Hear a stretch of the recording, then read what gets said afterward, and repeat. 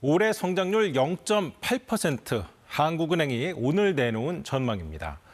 보름 전에 나온 KDI 전망치와 똑같습니다. 0%대 성장이 유력해지는 분위기입니다.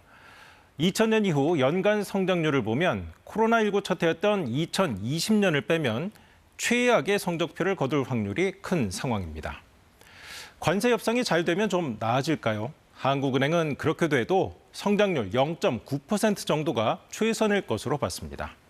내수가 워낙 부진해서 수출만으론 한계가 있다는 설명입니다. 오늘 기준금리를 2.5%로 낮춘 것도 내수 경기 부양을 겨냥한 겁니다. 금리를 추가로 더 크게 내릴 수도 있다고 예고했습니다. 최인영 기자가 보도합니다. 강원도 춘천의 아파트 부지입니다. 시행사는 땅 사는데 대출금 100억여 원을 썼지만 2년여 공전 끝에 최근 부도 처리됐습니다. 1분기 건설 실적은 1년 전보다 20% 감소. 1998년 이후 최악인 건설 경기는 성장률 급락의 최대 요인입니다.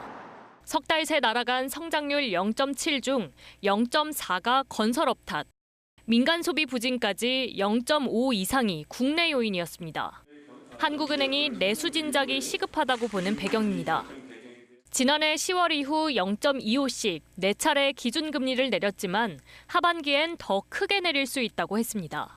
성장세가 크게 약화되었기 때문에 향후 금리 인하폭이 좀 더 커질 가능성이 있다고 보고 있습니다. 이 방침대로 한 번 또는 두 번에 걸쳐 0.5를 내리면 기준금리 2%도 가능합니다. 한은의 고민은 몇 월에 내릴 거냐인데 집값 흐름을 최우선 고려해 결정하겠다고 했습니다.